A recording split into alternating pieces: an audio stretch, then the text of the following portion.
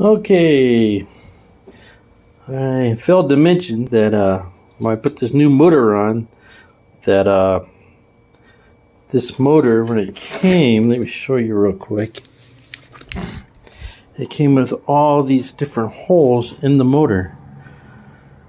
Not all of them were tapped. And the ones that were not tapped were the 3 holes that I needed. Of course, right? So, for some reason, this is an Italian motor, and when the Italians made this, they decided not to tap the 3 holes that I actually needed. So I had to retap the 3 holes and reinstall this motor, but everything worked out just fine. I used a little thread lock in there, and when I assembled all these screws, I put a little thread lock in there. Be very gentle when you screw these screws back in, because it's a very light aluminum and it will strip out on you.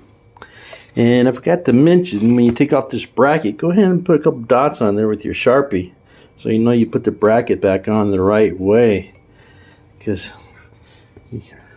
that's only one way that bracket should mount. When you go put in the range hood, you'll find that out real quick. So go ahead and just put a couple dots in, you know.